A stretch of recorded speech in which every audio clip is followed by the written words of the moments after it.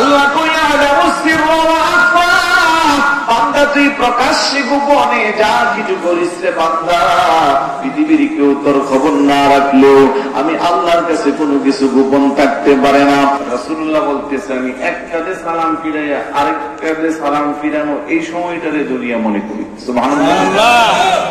তাহলে আমরা যে 50, 60, 70, 80, 90, 100, মাশাআল্লাহ মাঝে মধ্যে 150 বছর অনেকে আছি, আলহামদুলিল্লাহ হবে না? আলহামদুলিল্লাহ। আমাদের এক একজনের কি গর্ব, আমি 80 বছর বয়স, আরেকজনের তো আমার 90 বছর, আরেকজনের তো আমার 100 বছরের উপরে। মানে একটু হায়াত বেশি পাইলে মনে হয় যেন আমাদের গর্ব চলে আসে, অহংকার চলে আসে, এজটাকে নিয়ে প্রাউড ফিল করি। কিন্তু পরকালের তুলনা 1000 বছর যদি দুনিয়াতে হায়াত পাই, কোথায় মহাসমুদ্র আর কোথাও এখান থেকে আঙ্গুলের আগায় 1 ফোঁটা পানি, এটা কি কোনো তুলনা করা যায়? এটা আওয়াজ দিয়ে বলুন না, কোনো তুলনা করা যায়? অথচ এই ক্ষণস্থায়ী দুনিয়াতে আমরা এতটাই পাগল করা হয়ে গেলাম, চিরস্থায়ী ঠিকানা সব ভুলে গেলাম। অস্থায়ী দুনিয়ার ক্ষণস্থায়ী মুসাফির। আল্লাহ নবী কয়, দুনিয়া মাসরাহাতুল আখিরাহ, দুনিয়া হলো আখিরাতের ক্ষেত্র স্বরূপ। মানে ক্ষেত্র বুঝেন, জমি জামাতে চাষাবাদ করেন না? এই যে এখন শীতকালীন মৌসুমে আলু, তারপরে আপনার সবজি, এগুলো চাষাবাদ করি না? আচ্ছা মনে করেন একই পাশাপাশি কয়েকজনের জমি, আমি কি করলাম, আমার জমির মধ্যে কিছু বীজ রোপণ করে চলে আসলাম, মাঝখানে আর কোনো খোঁজ খবর নাই, আগাছাও সাফ করি নাই, সেচ প্রকল্প পানির ব্যবস্থাও দেই নাই, সার গোবর কোনো কিছু দেই নাই। ফলন যখন কাটা শুরু হইল, সবার সাথে আমিও গেছি ফল আনতে, ওই জমিনে কিছু পাওয়া যাবে? এটা আওয়াজ দেন না, ফল থাকবে? আগাছা উঠে মূল বীজ যেগুলো আছে এগুলোর মাটির সাথে মিশায় ফেলবে, এটা একটা জঙ্গলের মতো। আর যিনি এই জমির মধ্যে প্রত্যেক দিন আগাছা পরিষ্কার করছে, নিয়মিত পানি দিছে, সার গোবর দিছে, পোকামাকড়ের মেডিসিন দিছে, ওনার জমিনে ফসল আছে না নাই? ভাই বুঝে থাকলে জবাব দেন, আছে না নাই? এই ক্ষণস্থায়ী 50, 60, 70 বছর হলো ক্ষেত্র স্বরূপ। ওই ক্ষেতের মধ্যে যারা চাষাবাদ করে ঠিক মতো পরিচর্যা করে তাদের কিছুটা ফল পাওয়া যায়, আর যারা বীজ রোপণ করে চলে আসে তাদের ভাগ্যে কোনো কিছুই থাকে না। তো চাষাবাদ কি? এই দুনিয়াতে আমরা যারা আসছি, আল্লাহ রাসূল যেভাবে পথ চলার জন্য বলেছে, যে পথ আমাদেরকে বাতিয়ে দিয়েছে, যে রাস্তা দেখিয়েছে, এই রাস্তায় যারা চলতেছে, পরকালে তাদের কিছু সম্ভাবনা আছে না নাই? পাওয়ার কিছু সম্ভাবনা আছে। আর যারা মনে করতেছি দুনিয়াটা মস্ত বড়, খাও দাও ফুর্তি করো, একবার আসছো আর কি আসবা, এই চিন্তা নিয়ে যারা দুনিয়া চালাচ্ছে, পরকালে তাদের কোনো কিছু থাকবে? আর একটু জোরে বলুন। আল্লাহ বলেন, ওমাল হায়াতুদ দুনিয়া ইল্লা মাতাউল গুরুর। খেল তামাশা হিসেবে যারা দুনিয়াটাকে অযথা মূল্যবান সময়গুলো নষ্ট করতেছে। আমি সূরা আলে ইমরানের 14 নম্বর আয়াতটা তেলাওয়াত করেছি। আল্লাহ বলেন, যুয়্যিনা লিন-নাসি হুব্বুশ শাহাওয়াতি মিনান নিসাই ওয়াল বানিনা ওয়াল কানাতিরিল মুকান্তারাতি মিনাদ যাহাবি ওয়াল ফিদ্দা والخيل المسومة والأنعام والحرث। আমার ভাইরা বাবারা, আল্লাহ বলতেছে, যুয়্যিনা লিন-নাস, মানুষকে সুশোভিত করে দিয়েছে, মানুষকে মোহিত করে দিয়েছে, মোহগ্রস্ত করেছে। হুব্বুশ শাহাওয়াত, তাদের যে মানবকুলকে আল্লাহ বলেন মোহগ্রস্ত করে দিয়েছেন নারীরা, মিনান নিসা ওয়াল বানিন, এবং সন্তান, ওয়াল কানাতিরিল মুকান্তারাতি, আর রাশিকৃত স্বর্ণ রৌপ্য, ওয়াল কানাতিরিল মুকান্তারাতি মিনাজ যাহাবি, রাশি রাশি স্বর্ণ রৌপ্য, ওয়াল ফিদ্দা ওয়াল খাইলিল মুসাওয়ামা, চিহ্নিত অশ্ব, ওয়াল আনআম, গবাদি পশু, ওয়াল হার্স, আর দুনিয়ার ফলমূল ফসল, এগুলো যা আছে। অথচ যালিকা মাতাউল হায়াতিদ দুনিয়া, এগুলো হচ্ছে পার্থিব জীবনের বস্তু। কথা বলেন ঠিক কিনা? আজকে আপনি আমি দুনিয়া নিয়ে পাগল হয়ে গেলাম, কেউ পাগল সুন্দরীর প্রতি, কেউ পাগল নারীর প্রতি, কেউ পাগল সন্তানের প্রতি, কেউ পাগল জমিনের ফসলের প্রতি, কেউ পাগল স্বর্ণ অলংকারের প্রতি, কেউ পাগল গবাদি পশুর প্রতি। এই সবকিছুর কথা বলে আমার আল্লাহ বলে যালিকা মাতাউল হায়াতিদ দুনিয়া, এগুলো পার্থিব জীবনের ভোগের সামগ্রী। অথচ পরকালের কথা আমাদের কোনো খোঁজ খবর নাই। চিরন্তন সত্য, হায়াতের বাজেট যখন শেষ হয়ে যাবে, ক্ষণস্থায়ী পৃথিবীতে থাকার কোনো সুযোগ নাই। মরণ থেকে বাঁচার জন্য যতই তাল বাহানা করব, বাঁচার কোনো সুযোগ নেই। আল্লাহ বলেন ওয়াজাআত সাকরাতুল মাউতি বিল হক যালিকা মা কুনতা মিনহু তাহিদ। যে মরণ থেকে বাঁচার জন্য তুমি তাল বাহানা করো, বাঁচার কোনো সুযোগ নাই। ইযা জাআ আজালুহুম লা ইস্তাখিরুনা সাআতাও ওয়া লা ইস্তাকদিমুন। মালাকুল মউত যখন চলে আসবে 50, 60, 70, 80, 90, 100 বছর, পিছনের কদমটা সামনে দেওয়া যাবে না, ডানের কদমটা বামে দেওয়া যাবে না।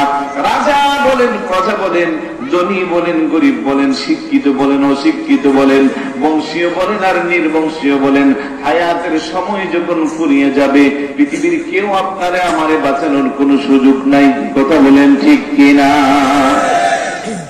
আইনামা তাকুনু ইউদরিকুমুল মাউত ওয়ালাউ কুনতুম ফি বুরুজিন মুশাইয়াদা।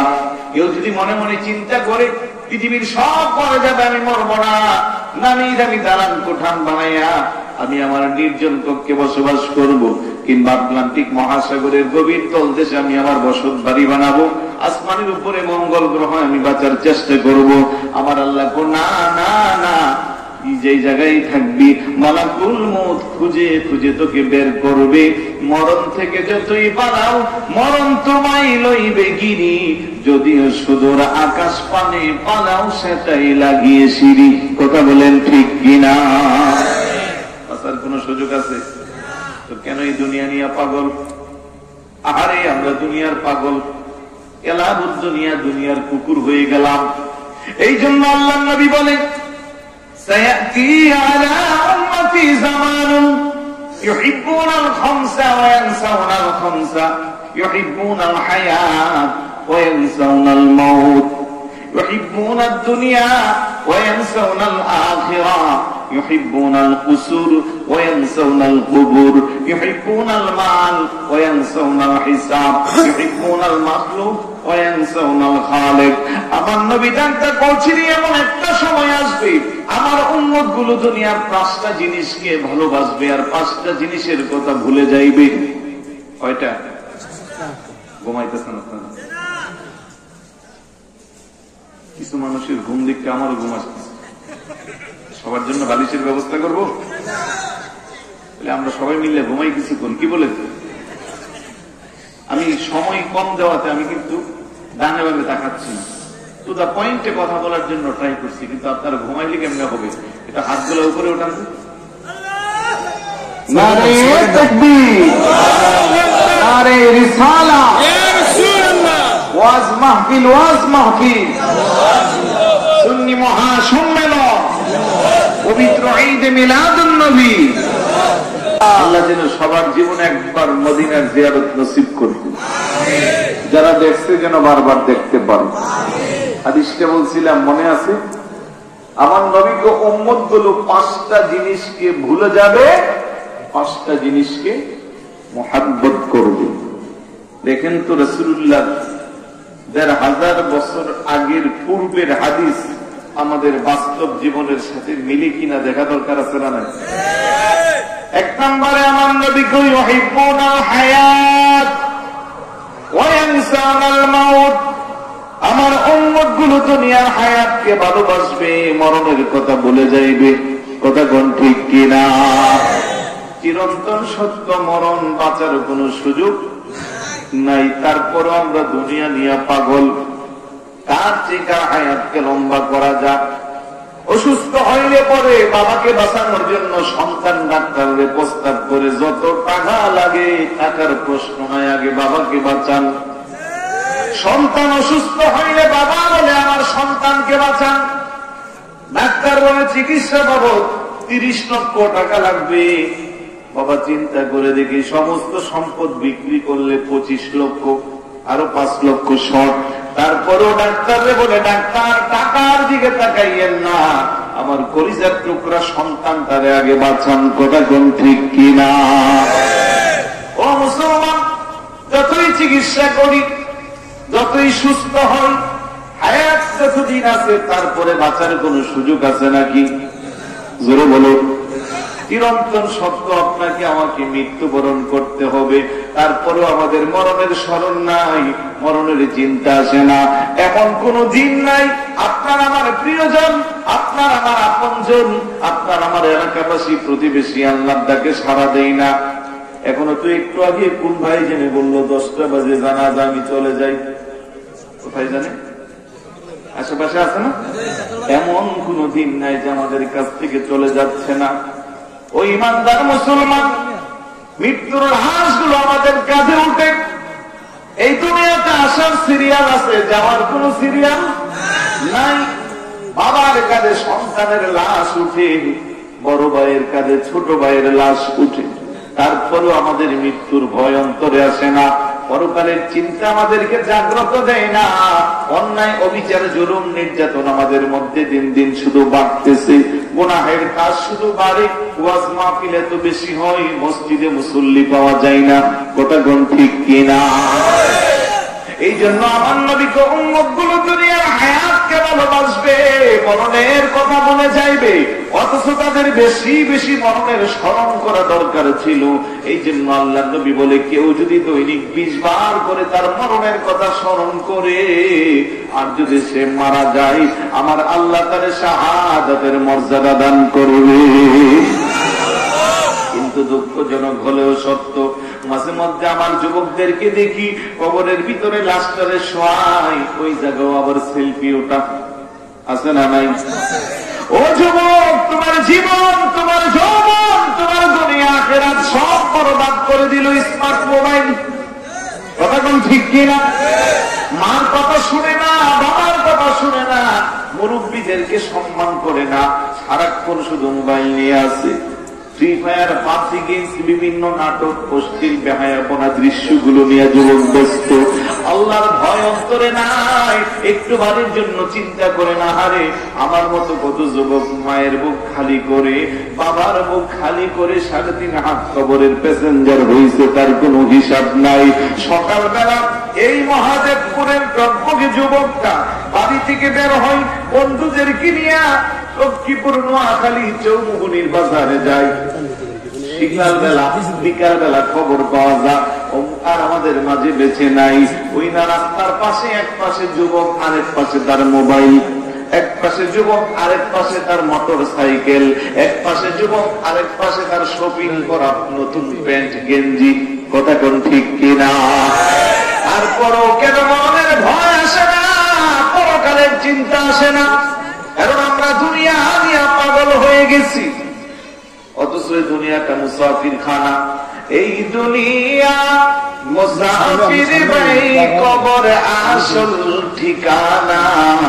কেউ আগে রওয়ানা হয়, কেউ পিছে রওয়ানা। কেউ থাকতে পারবে না। রাজা বলেন, বাদশা বলেন, সম্পদওয়ালা বলেন, সম্পদশালী বলেন, ক্ষমতাশীল বলেন আর ক্ষমতা ছাড়া বলেন, কেউ পৃথিবীতে আমরা বাঁচার কোন সুযোগ নাই। তাইলে দুনিয়ার মায়া ত্যাগ করে মরণের স্মরণের দরকার আসেনি? 2 নম্বরে আমার নবী কই, ইউহিব্বুনাদ দুনিয়া ওয়া ইয়ানসাউনাল আখিরাহ। আমার উম্মত গুলো দুনিয়ার রাজপ্রাসাদকে, দুনিয়াকে ভালোবাসবে, আখিরাতের কথা ভুলে যাইবে। অথচ আখিরাত হলো তাদের চিরস্থায়ী ঠিকানা। আখিরাতের তুলনা দুনিয়ার এই 50, 60, 70 বছর 1 সেকেন্ডেরও কিছু না। এই লম্বা সময়টা যদি আমরা একটু কষ্ট করি, আর এই জন্য এই দুনিয়াতে যারা কষ্ট করবে, আর দুনিয়া সিজনুল মুমিনিন ওয়া জান্নাতুল কাফিরিন, দুনিয়া হইল ঈমানদারের জন্য, মুমিনের জন্য জান্নাত না। ইমানদারদের জন্য দুনিয়া হলো জেলখানা, আর যারা বেঈমান কাফের মুশরিক তাদের জন্য হইল দুনিয়া বালাখানা, বেহেশতখানা। কথা কোন ঠিক না? কারণ ইমানদার তার প্রত্যেকটা কদম যাওয়ার আগে তার অন্তরে ভয় সৃষ্টি হবে কার? আরেকটু জোরে বলুন কার? আল্লাহ করিয়া আইয়ুহাল্লাযীনা আমানুত্তাকুল্লাহা হাক্কা তুকাতিহি ওয়া লা তামুতুন্না ইল্লা ওয়া আনতুম মুসলিমুন। ওহে ঈমানদারেরা, তোমরা যারা ঈমান এনেছো, ইত্তাকুল্লাহ, আমি আল্লাহকে ভয় করো, হাক্কা তুকাতিহি, ভয় করার মতো ভয় করো, ওয়ালা তামুতুন্না ইল্লা ওয়া আনতুম মুসলিমুন, পরিপূর্ণ মুসলমান না হইয়া মৃত্যুবরণ করিও না। ও আমার মহাদেবপুরের ভাইয়েরা, লক্ষ্মীপুরের ভাইয়েরা, বাবারা, আমি জানতে চাই আজকের মাহফিলে আমরা যারা আসছি আমাদের ঈমান আছে না নাই? আর একটু জোরে বলুন আছে না নাই? আল্লাহ কোন ইহুদি খ্রিস্টান বৌদ্ধ নাসারা পৌত্তলিকতার বিশ্বাসী কাউকে ডাক দেন নাই। আল্লাহ কোন চন্দ্রের পূজা, সূর্যের পূজা, নিজের বানানো দেব দেবী মূর্তির পূজা যারা করে তাদেরকেও ডাক দেন নাই। আল্লাহ ডাক দিয়েছেন আমানু বলে। আমরা যারা ঈমান এনেছি, আমরা পৃথিবীর কারো কাছে মাথা নত করি না। চন্দ্রের পূজা, সূর্যের পূজা, নিজের বানানো দেব দেবী মূর্তির পূজাও করি না। আমরা একমাত্র ইবাদত বন্দেগী করি এক আল্লাহর। কথা বলেন ঠিক কিনা? আমাদেরকে বলা হয় ঈমানদার। এই জন্য কোরআন কারীমের প্রায় 89 জায়গার মধ্যে আল্লাহ আমানু বলে ডাক দিয়েছেন।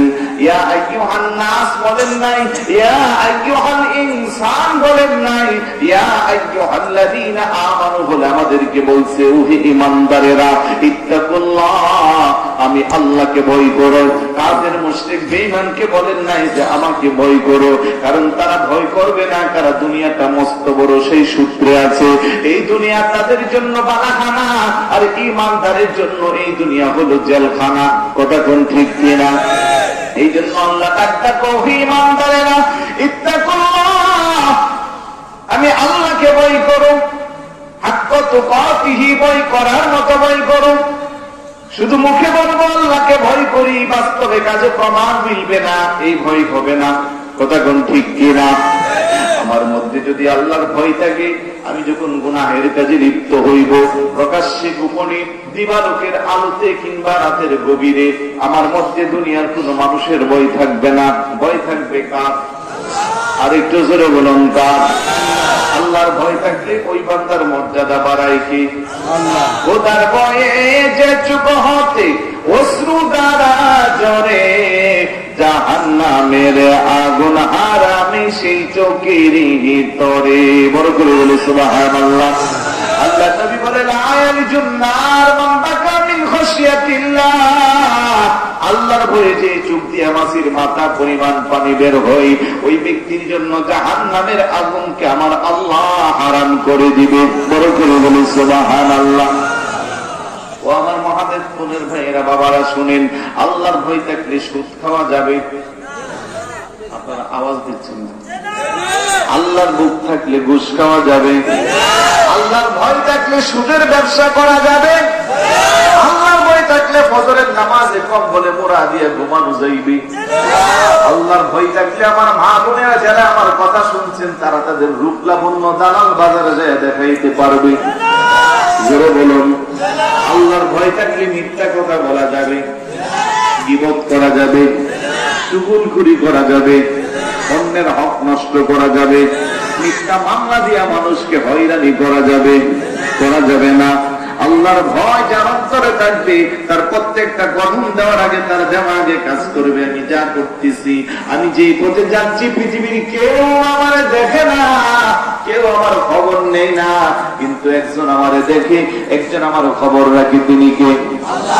আর একটু জোরে বলুন, সবাই জবান খুলে বলুন, কে? আল্লাহ কইয়া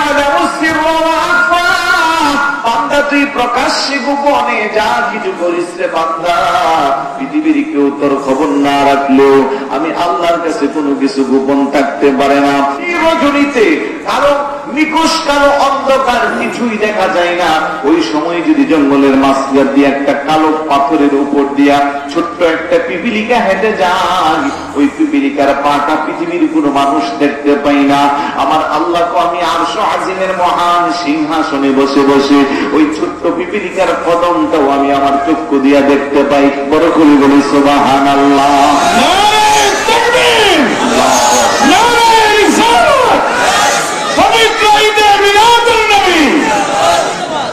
আমার ভাইরা বাবারা, ওই আল্লাহর ভয় যে বান্দার অন্তরে থাকবে, ওই বান্দা কিন্তু গুনাহের কাজ করতে আরেকটু জোরে বলুন পারে নাকি? আপনাদের কানে কি আওয়াজ যাচ্ছে?